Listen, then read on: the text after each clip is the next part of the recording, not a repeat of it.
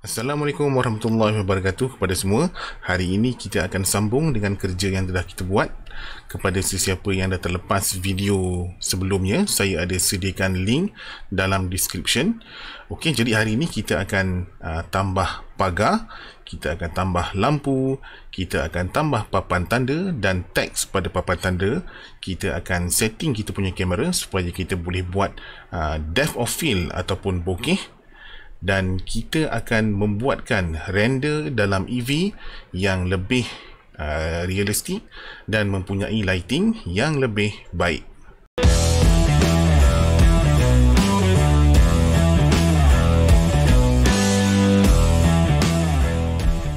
Untuk saya punya projek ni, saya dah tambahkan satu base sebagai tapak kepada objek saya dan juga satu dinding yang simple.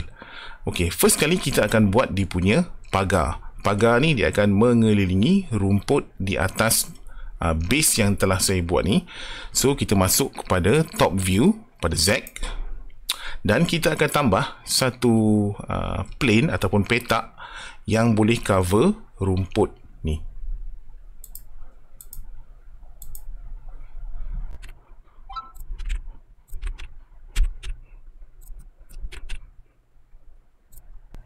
Okey, kemudian kita akan convert.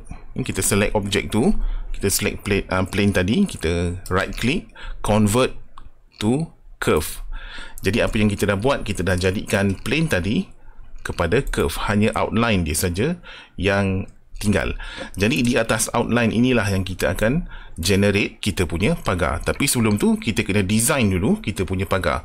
Untuk sebagai contoh lah, untuk simplify video ni, saya tambah satu silinder. So silinder inilah yang akan jadi kita punya pagar.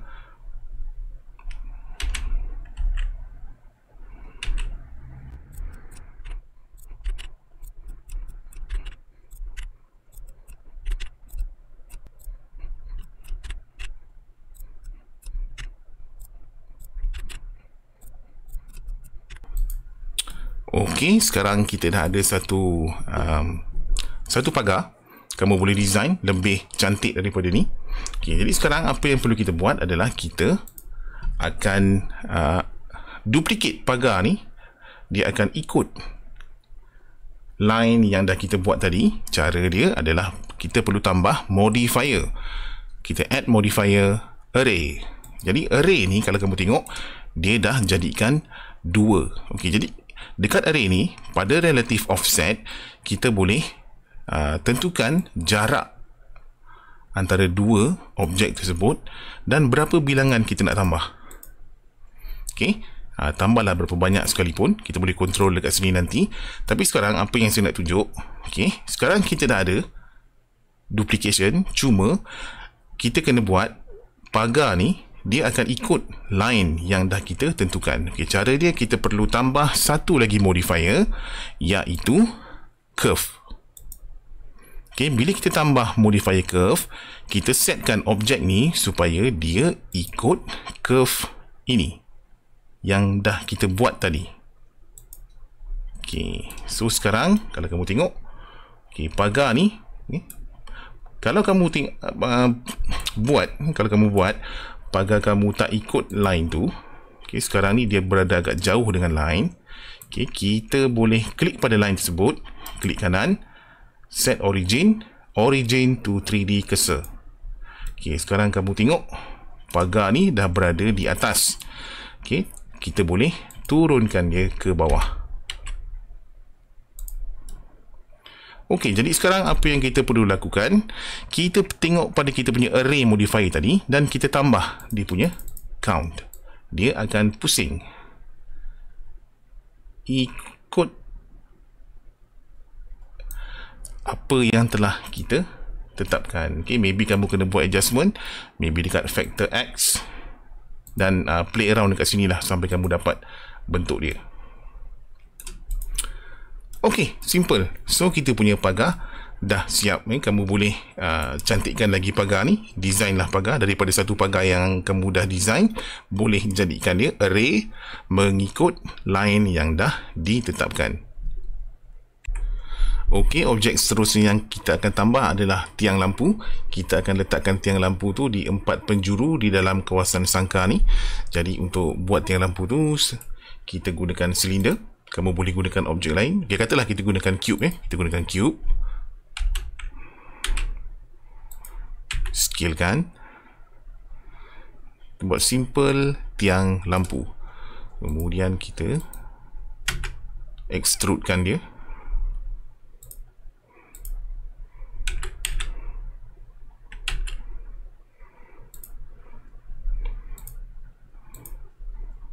Dan kita extrude lagi. Dan kita extrude lagi sekali. Okey, jadi dia dah ada 3 bahagian So kita select bahagian yang tengah.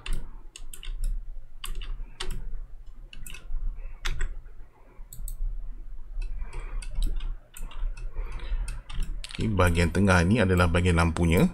Make sure enable X-ray dan untuk highlight bahagian tengah tu, dan kita perlu separatekan objek tersebut dengan tekan button P dan pilih selection. Okey, jadi objek ni dia dah terpecah kepada 3 bahagian. Itu bahagian pertama, bahagian tiang, dan bahagian kedua adalah bahagian lampu. Okay, kita warnakan objek tu.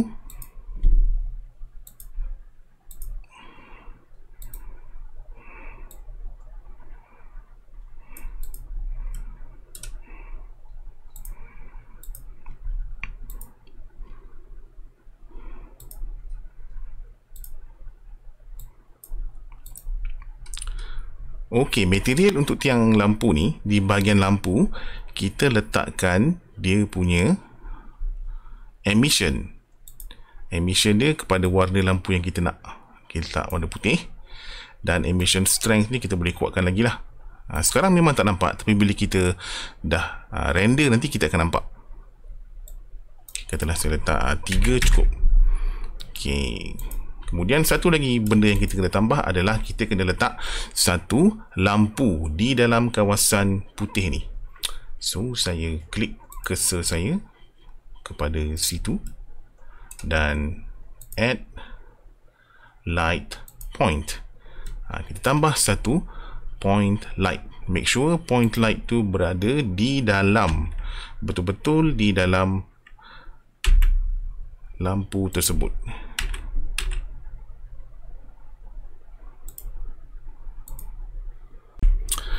Okey, seterusnya kita perlu groupkan bahagian-bahagian yang terpisah tu.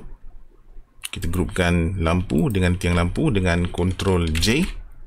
So dia akan jadi satu solid object yang senang lah untuk kita gerakkan ke mana-mana. Dan lampu ni dia tak boleh group dengan tiang lampu sebab lampu ni bukan mesh. Kalau kamu tekan Ctrl J, no mesh data to join. Jadi lampu ni kita tak boleh ni. Kita boleh parentkan dia, tapi itu untuk tutorial yang lain lah. Okey, so kita select kedua-dua objek ni dan kita pindahkan dia ke dalam sangka.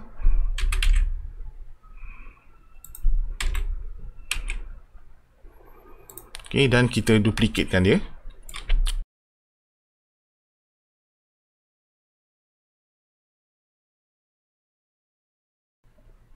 Okey, dan kita duplicate lagi. Shift D, Y, duplicate di sini, dan Shift D, X sekali lagi untuk kita duplicate di hujung sana. Okey, jadi dalam kita punya view, kita dah ada 4 tiang lampu. Untuk membuat rendering lampu yang cantik dengan menggunakan EV, okey, kita perlu buat sedikit setting pada lampu tu. Klik pada setiap lampu yang ada dan masuk pada objek data properties untuk lampu ni. Di bahagian shadow, bias kurangkan sampai habis. Okay. Dan kita onkan contact shadow. Okay, dan kita buat kepada semualah.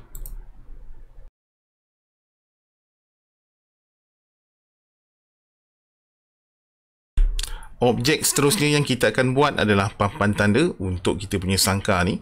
Jadi saya akan buat satu papan tanda yang simple dengan menggunakan satu base, dan di atas base itu ada dia punya tags. Jadi saya buat mesh cube cipta satu cube, dan cube tu kita kecilkan.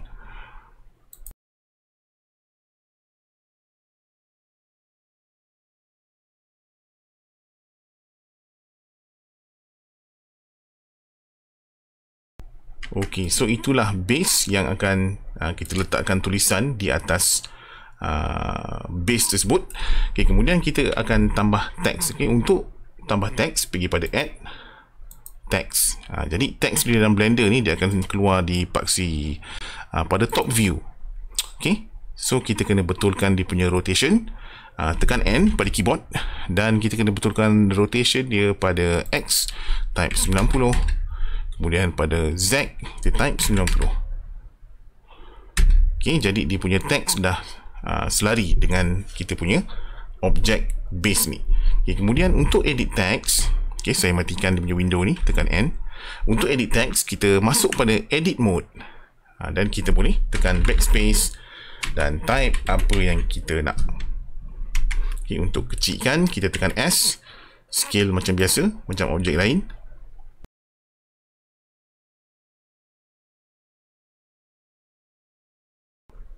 Okey, untuk mengubah font pada teks ini, okey, kita pergi pada setting font di tepi ni, kita select tulisan tersebut dan pergi pada tab di tepi ni.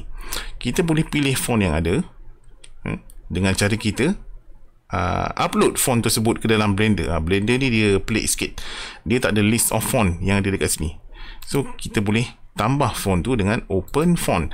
Secara default Blender akan masuk kita punya window untuk search apa font yang kita ada, dan kita bolehlah masukkan font yang kita suka lah.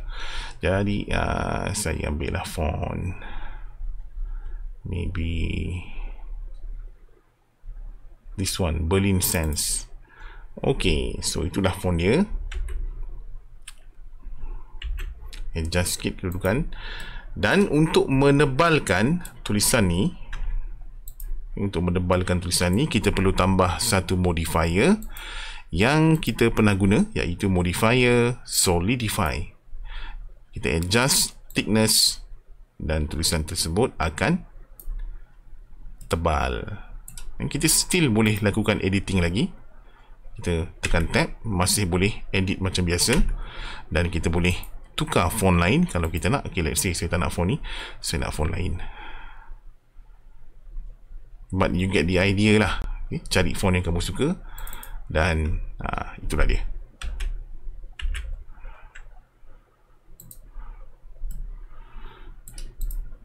Okay, so kita dah siap kita punya papan tanda. Ini papan tanda contoh, kamu boleh design lagi cantik daripada ni.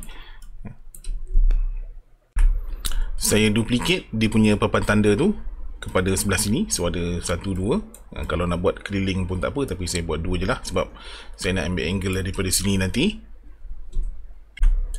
Ok, setting seterusnya yang saya akan tunjuk adalah setting kamera. Kita masuk dalam kita punya mode kamera, dan kita boleh adjust kita punya view dekat sini. Tapi make sure kita setkan kamera to view, this one. Okay, then select kita punya kamera dengan klik pada hujung frame ni. Kemudian kita masuk pada object properties camera. Okay, dekat sini kita boleh setkan kita punya focal length. Contoh macam default adalah 50mm. Saya boleh set kepada maybe 22 supaya dia punya pandangan lebih luas, ataupun nak lebih luas lagi boleh pakai 10mm. Dia akan jadi fish eye, tapi tak sesuai lah. Saya ambil maybe 20mm. Okay, ini pandangan 20mm, dia agak luas sikit. Oh, maybe 35 lah. 35 normal. Saya ambil 35mm. Dan dekat sini kita boleh setkan depth of field. Ok, depth of field ni adalah bokeh yang kita boleh dapat dengan lens pada DSLR biasa. Kita boleh setkan focus on object mana. Ok, saya boleh set focus on object ini. Ok, tapi kita tak nampak lagi dia punya bokeh effects dia. kita boleh tukar dia punya aperture dekat sini. Sekarang aperture dia 2.8. Let's say kalau saya turunkan kepada aperture 1.5, okay, kamu boleh nampak dia dah semakin blur di kawasan yang tidak difokus. Dan saya boleh turunkan lagi, katalah 0.5 aperture. Okay, now you can see bahagian depan ni dia dah blur, bahagian belakang pun dia dah blur, tapi bahagian yang kita fokus tadi dia masih sharp. Dan kita boleh pindahkan fokus ni kepada mana-mana bahagian yang kita nak. So dia akan fokus di situ, ataupun kita boleh fokus ke mana-mana lah. Tapi untuk kita fokus kepada kita punya main subject, which is this one. So kalau kita zoom, kita boleh nampak dia punya bokeh effects tu. Kalau saya turn off, okay, semuanya adalah sharp. Tapi kalau saya turn depth of field, okay, dia akan blurkan kawasan-kawasan yang tidak difokus. Okay, saya adjust saya punya angle. Okay, nak bagi nampak badak tu. Alright, so inilah angle yang saya nak. So itulah cara untuk kita setting kita punya kamera. Kita boleh set dia punya focal length, kita boleh set dia punya depth of field, dan juga dia punya aperture. Kalau nak lagi blur, maybe boleh set 0.2. Okay, dah semakin blur di kawasan sini. Dan ini sesuai lah kalau kita buat miniature ataupun objek yang purposely kita nak nampak dia macam mainan. 0.35. Okay, ini dah cukup ni bagi saya. Okay, setting seterusnya yang saya akan tunjuk adalah bagaimana untuk kita gunakan EV, tapi kita boleh hasilkan rendering yang cantik. Tak perlu masuk cycle pun, dengan EV kita boleh dapatkan rendering yang cantik. Jadi untuk buat setting tu, saya keluar daripada camera view. Okay, kemudian saya tambah satu boleh kita katakan objek lah, iaitu light probe irradiance volume. Okey, saya naikkan ke atas. Okay, irradiance volume ni dia adalah satu cube yang kita akan gunakan untuk kita mencantikkan lighting di dalam kawasan yang berada di dalam cube ni. Okey, jadi kita perlu besarkan dulu dia punya cube. Saya scale, besarkan. Okey, nak besarkan tu kita letak bahagian titik-titik ni supaya dia kena kepada semua objek kita. Dan kalau sekarang ni dia belum kena lagi, kita besarkan sampailah dia boleh cover keseluruhan objek kita tu. Okay, kalau dia tinggi sangat, kita scalekan, kita kecilkan.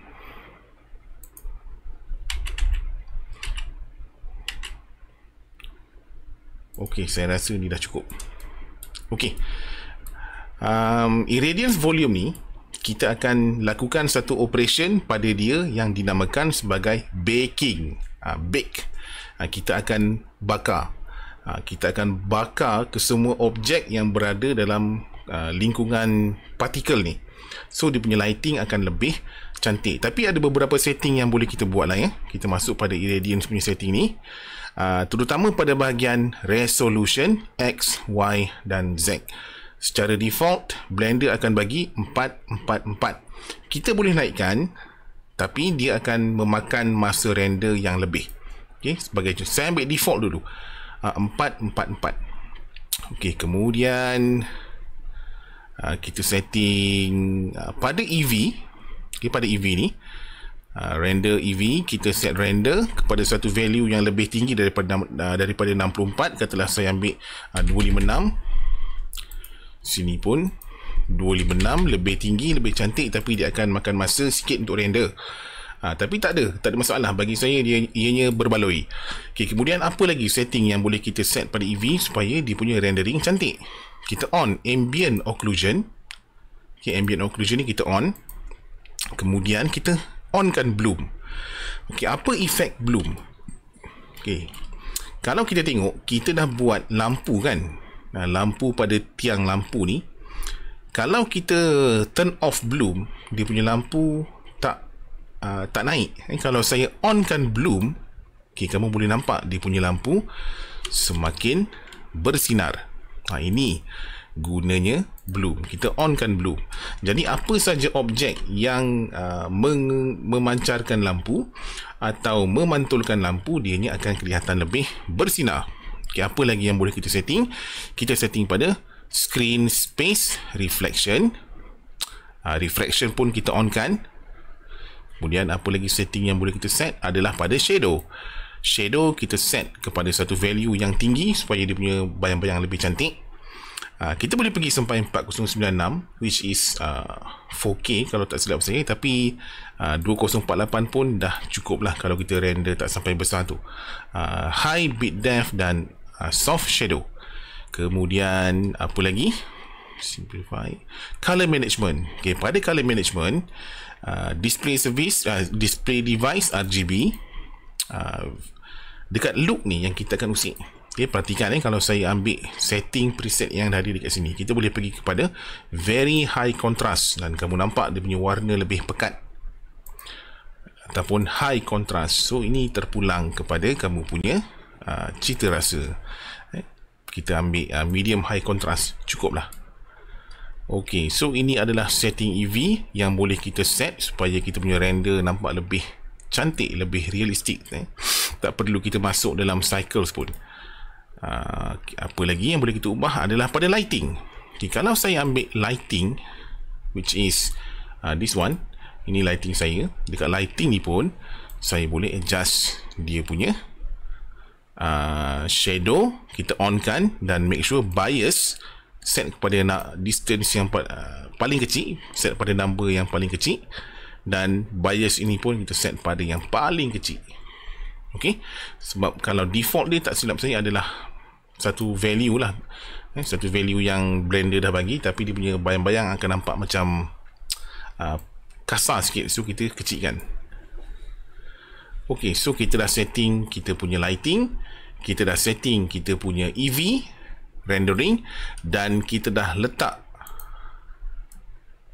irradiance volume pada kita punya scene. Next, apa yang boleh kita buat adalah kita render.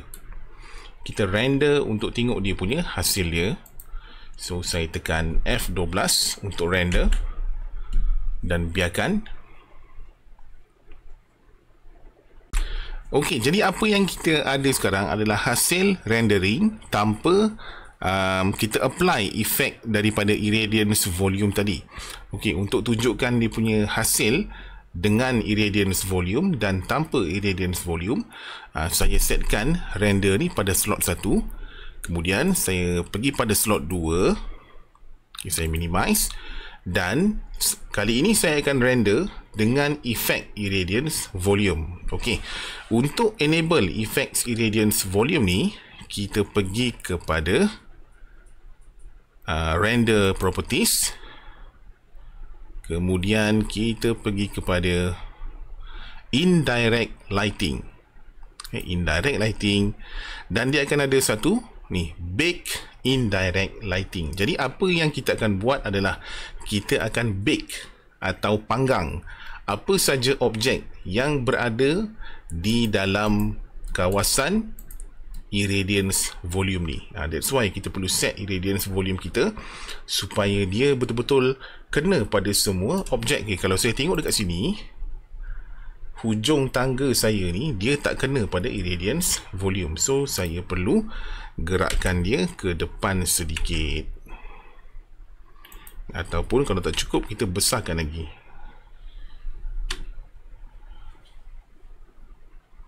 Ok, make sure semua objek kita, kiri, kanan, depan, belakang, atas, bawah, berada dalam kawasan irradiance volume. Ok, kemudian kita pergi kepada render properties, dan bawah indirect lighting kita klik bake indirect lighting. Ok, kamu akan nampak satu progress bar dekat bawah ni. Ok, bila dia dah siap, okay, barulah kita render dan kita boleh tengok dia punya perbezaan sebelum dan selepas. Ok, bila dah habis render mungkin akan ambil sedikit masa lah, sebab proses untuk rendering dengan menggunakan irradiance volume ni dia akan memakan sedikit masa.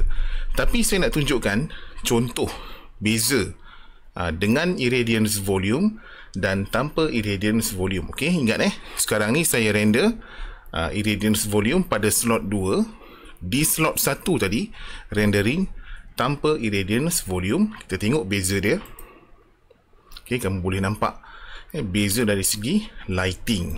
Kualiti dia lebih quality lighting dia lebih cantik. Tapi dekat sini kalau kamu perasan, ada sedikit bahagian yang lighting dia tak elok. Bermakna saya punya sangka tu tak cukup besar. Saya punya sangka untuk irradiance volume tak cukup besar. So saya besarkan sedikit sangka dia.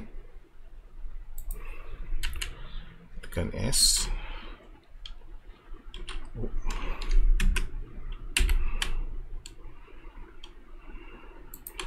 Okey. Tapi kali ni saya nak upkan lagi dia punya irradiance volume punya setting. Saya pergi kepada irradiance volume punya setting ni. Resolution, okay, for demonstration purpose saya naikkan kepada 8 dan juga 8 di semua aksis. Okay, kalau kita tambah, bermakna dia punya bilangan titik-titik ni akan lagi banyak daripada tadi, dan lighting dia akan lebih cantik. Bukan setakat lighting, tapi dari segi reflection dan pantulan-pantulan yang lain. Okey, saya pergi kepada render. Saya buat satu slot baru, slot 3, untuk rendering yang menggunakan resolution irradiance lebih tinggi tadi tu. Make sure kamu bake terlebih dahulu. Okey, setiap kali kita buat perubahan pada irradiance volume, kita patah balik pada render properties dan kita perlu bake sekali lagi. Kali ini dia punya baking akan makan masa yang lebih lama berbanding baking yang 4 tadi tu. Kita biarkan sampai dia habis baking dulu, kemudian barulah kita render.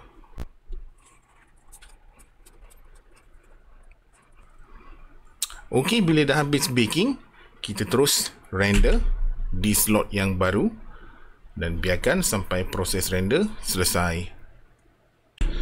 Okey, saya dah siap render untuk irradiance volume dengan resolution 8. Okey, kita tengok dia punya perbezaan daripada slot pertama.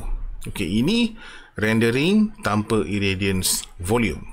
Okey, dekat slot kedua, baking menggunakan 4 resolution irradiance volume, 4 kali resolution, dan slot ketiga menggunakan 8 kali irradiance volume.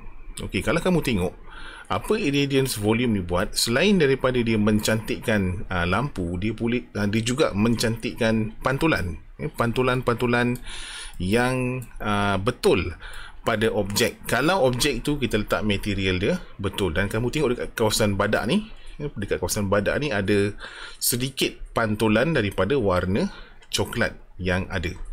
Jadi ini adalah salah satu cara kita menggunakan EV, tapi kita boleh dapatkan hasil rendering yang cantik. Okay, ini irradiance volume 8 kali, dan ini pula adalah tanpa irradiance volume punya baking. Proses dia kita panggil sebagai proses baking. Jadi inilah cara yang boleh kita gunakan untuk membuatkan rendering kita lebih cantik, terutama pada bahagian lighting dan bahagian pantulan, reflection dan benda-benda macam itulah. Okey, saya rasa itu saja untuk hari ini, sebab video ni pun dah agak panjang. Untuk video seterusnya, saya akan tunjukkan cara bagaimana untuk kita membuat animasi pada kamera, supaya kamera kita boleh bergerak sambil merakamkan kita punya objek. Okey, sekian saja untuk hari ini. Terima kasih semua. Assalamualaikum.